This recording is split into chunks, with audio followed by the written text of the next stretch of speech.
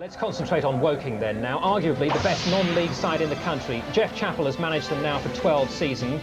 They have major non-league honours in the FA Trophy, as we've said, also the FA Amateur Cup, and they've had a pretty good season in the Conference as well. Their road to Wembley on the FA Trophy included a replay against St Albans and a semi-final against great Conference rivals Stevenage.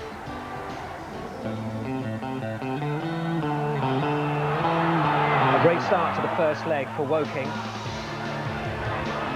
Robin Taylor notching his first goal of their trophy campaign to give them victory in front of their home fans.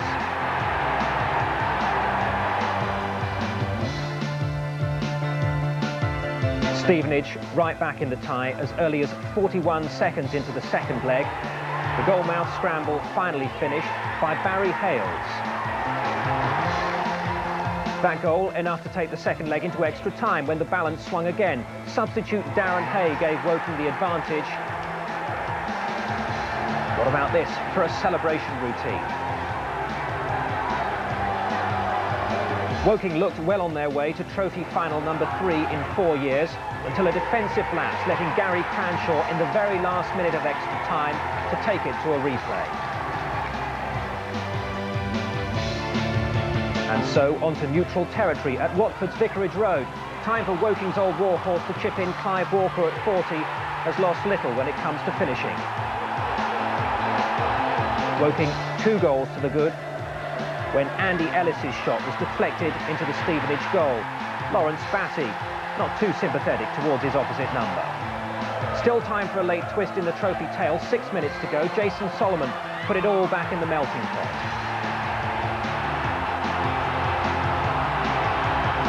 But Stevenage were left to concentrate on the conference run-in. As Woking celebrated another slide down Wembley Way. Well, they are the favourites. They'll be in action on this Wembley turf in just about 10 minutes. Right now they're in the dressing room and Rob Palmer is with them. I tell you, I've been a very lucky man. I've just listened to the team talk here for Woking from Jeff Chappell. I'm psyched up. I could go out there and play for the way you've just got these lads going. Well, we've got great support here today. I think we've sold about 12,000 tickets. We owe them a good game. We've had a pretty poorish end of season. We've been absolutely shot to pieces. 12 games in 28 days. We've had a rest. We've had 2 sessions training. Today, we aim to give a good performance. What's the crux of your tactics today? Go out there and play our football. If we play that as well as we can, hopefully we get the right result. It's not going to be easy. Well, alongside you here is Clive Walker, who I'd imagine were you celebrating Chelsea's win last night? I did a little bit, yeah, just a little bit. Yeah, no, it was a great win for them yesterday, so if we can do it again today, you know, it's a great weekend, isn't it? Be an amazing double for you as well, wouldn't it? Your old team and this marvellous. New team as well. Marvellous, yeah. Tell me a little bit about this side. I mean, how long are they? have you got? I was going to say, I mean, you played a lot of league games. How good are they? Are they almost league standard? Yeah, I think so, yeah, but we've obviously got a little bit of work, so we were a bit short in the league this year. But in the cup competitions, we seem to do it. We rise to the occasion, and today is no different. They've got a 67-year-old manager. You're almost in your 40th year, aren't you? He's only a little bit older than me, then, isn't he? Is he playing? He's on the bench. He's on the bench. But I mean, what have you lads got to do today? Just play football, be confident, and believe you can win. And I think they believe that. So if we get the ball down and we can play, obviously they're not going to let us. But you know, we've got to make our moves in the right way and the right time, and you know, maybe a little bit of luck as well at the end of the day. Best of luck. Thanks very much. So great spirits in the Woking dressing room, as you'd expect on a day like this. Tony Gale's still with us. I suppose the thing they have to guard against, as ever, being favourites, is complacency, Tony. Yeah, overconfidence. I think Clive and Jeff Chappell said they've got to play their football. That's what Woking do very well. They're a good football inside. Most of the inspiration comes from Clive Walker and Scott Steele. Most of the chances that are created, so look out for them two today. It's just a question of them defending well against Dagenham and Redbridge set pieces, because that's where they're really dangerous. And what about Clive? Because he's 40 years old, isn't he? But he seems to be a talisman for this side. They've done so well in the FA Cup, and now their 3rd trophy final in 4 years. That's right. I think he's really incredible. He's so fit for his age. Yeah. As they say in his 40th year, I think that there's at least another 2 years left in him. And the thing that you look for in older players is that their fitness and their legs going. But it's not the case with Clive. He's as fit and as mobile as anybody on the pitch today. How are you finding the physical demands of non-league football compared to what you've been used to? Well, it's very difficult for these guys because they only train twice a week and then they're playing on a Saturday, so that obviously the fitness sort of dwanes in about the last 20 minutes, and that's when you find that there's a lot of open spaces on the park. Me, I was never a naturally fit person anyway, so it's just come at the right time for me. So perhaps with this weather we can really expect to see things opening up, especially, as you say, with these fitness levels. That's right. I think Dagenham and Redbridge will be largely on the back foot, and it'll be a question of patience for Woking. And Dagenham and Redbridge, I'll be hoping for a set piece or something that could trigger off a good time for them. So who is it for you then, Tony? I'm afraid I've got to go with the favourites today, Woking. OK, well, the fans are having a great day. Just about 5-6 minutes to go to kick-off. Let us join our commentators today, Alan Brazil and Rob Hawthorne. Well, welcome. We've heard so often this week, haven't we, about how players coming here are supposed to savour the occasion. I half expected to find Roberto Di Matteo still out there in his sleeping bag. But if it's like that for the full-time players, Alan, what must it be like for these part-timers? Oh, it's every bit as big. You know, it's everyone's dream to play at Wembley.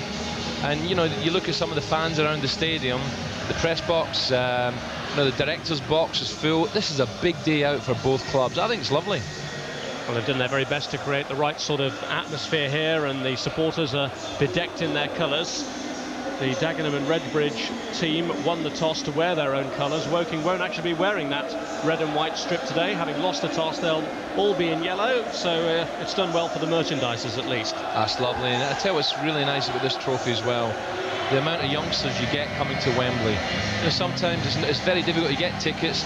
We watched that yesterday with Chelsea Middlesbrough. Tickets were very scarce indeed. But in a game like this, hopefully we're going to have a 20,000 plus crowd, and I hope these children here really savour it and enjoy it.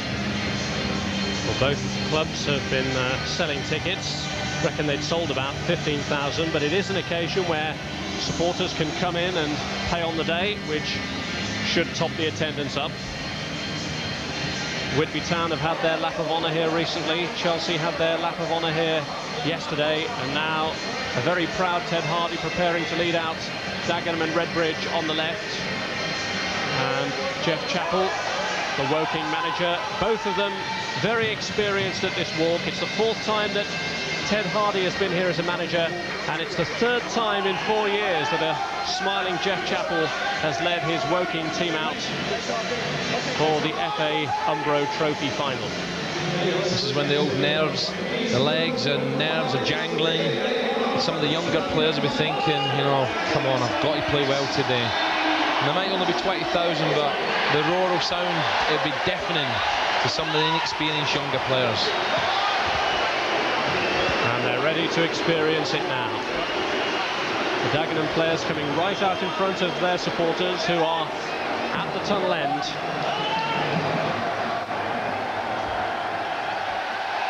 And they're looking down on Glyn Crease's ball pate, the goalkeeper Paul Goffard's too. They both have their heads shaved for the occasion as they come out into the sunlight at Wembley. They've already been around pre-match.